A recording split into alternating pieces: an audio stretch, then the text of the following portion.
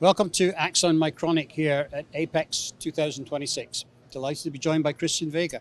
Good to see you, Christian. Good to see you as well. Thank you. Yeah. So the big news here this week on the Axxon booth is large board format.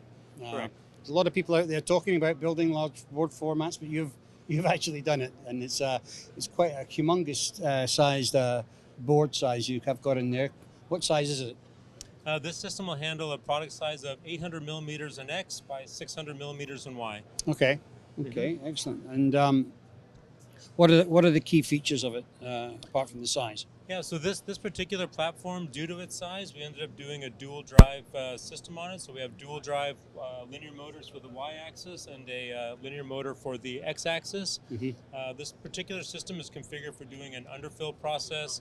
So we ended up designing a customized heating solution that allows us to change the size of the heating area relatively easy just by removing some of the incremental blocks, mm-hmm. as well as configuring. You can see the tilt and rotate motion for the jetting valve. Yes. So this is for handling very large products and for products that will be running for a long period of time, as the jetting valve also has heating and a cooling jet nozzle on it as well. Oh, so it's got a cooling jet nozzle on it as well. So it's important to, and is that to increase the throughput really, or the curing time, or no, the cooling nozzle is because if you're doing a process that takes a long period of time, the mm-hmm. nozzle will be above a heated and hot substrate, so the cooling will actually cool the valve down to keep it within that optimal temperature. Otherwise, it will get too hot. I see. Normally, jetting valves should have fluid set at maybe around 50 or 60 degrees Celsius, but the substrate may be at 70 or 80 degrees Celsius. Mm-hmm. So at that point, we want to make sure we can cool the nozzle back down to its optimal temperature. Right. Excellent. Excellent.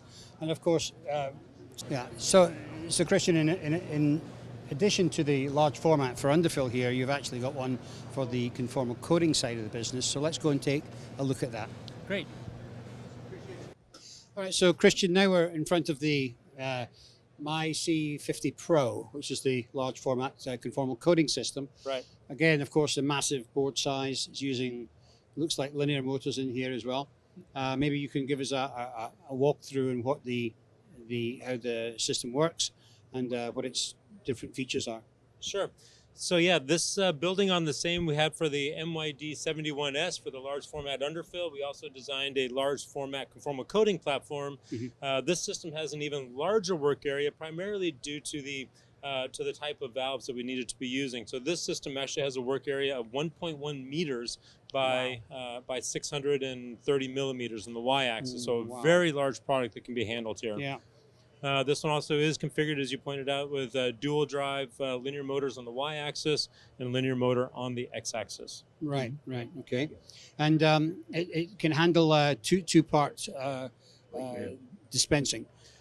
Correct. So this was something that we started exploring about a year and a half ago, was doing two-component underfill. So mixing on the fly, for special conformal coatings that require mixing. Mm-hmm. We ended up also implementing a degassing system, which is external to the system. So it's got a recirculating degassing system. It will feed degas fluid into progressive cavity pumps that are mounted on the gantry. Yeah. We can then adjust the ratio as needed to go through a mixing system into a spray valve and to a needle valve. And we also incorporated tilt and rotate on the spray valve as well.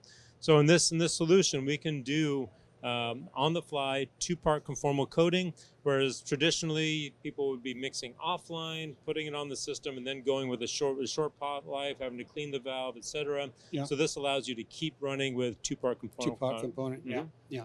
And then along the front there, you've got a couple of pots there where you can park the valves and then purge them when you need to, and then a weight scale. Correct. Yeah. So solvent cups, which will keep the nozzles clean when it's not in process. Purge cups, which are needed to keep the fluid fresh. So if the system sits for some period of time, it will go and purge and make sure that the fluid in the valves is still fresh and mixed. Yeah. And then a weight scale we use to confirm the flow rate of the fluid coming out of the valves. Right. Okay. Great. So what about the programming side for programming speed, first of all? Have you got any kind of automatic or semi-automatic programming involved? Do you have any and how do you avoid the keep out zones and things like that, and reduce the amount of potential masking?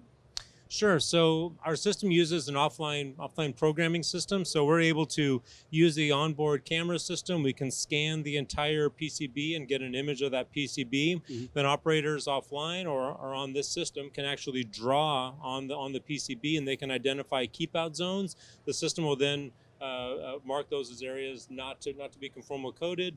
So then when then they can draw on whatever lines and areas they need, and the system will make sure it hops up and over areas that can't be coded or just completely avoids those areas. So it is a nice tool for the operators to have a visual inspection method for programming. Yeah, excellent. Well, it's an impressive piece of equipment, and both machines actually. So I want to thank you for showing them to us today.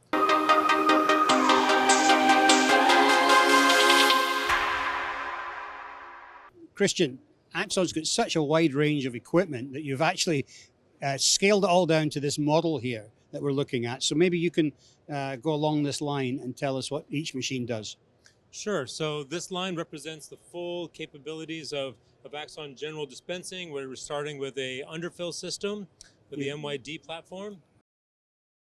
So starting with standard conveyor modules, going to a underfill system, going to 2D inspection, curing solution. And the curing solution is China only. This particular vertical oven solution is for China only right now, but we do have other IR curing solutions. Then we have conformal coating, UV curing tunnels, which are available at fusion lamps or metal halide lamps. We also have a CCAY conformal coating inspection solution, as well as going into now an RTV dispensing solution, which can have 3-axis tilt and rotate on it. We also have a weighing inspection solution that will allow us to determine if the right amount of fluid was actually dispensed. We then go into a potting chamber for a vacuum degassing system. So we have vacuum degassing on the backside, and then this is actually a dispensing within a vacuum chamber, and then going out to exit conveyors. Wow, that is quite an extensive lineup. Correct. And we have even more capability beyond this, but this is the general dispensing capability that we have. We also do other customized solutions for 2-part conformal coating, TIM dispensing, thermal interface fluids as well, that are not illustrated here. Too much to show.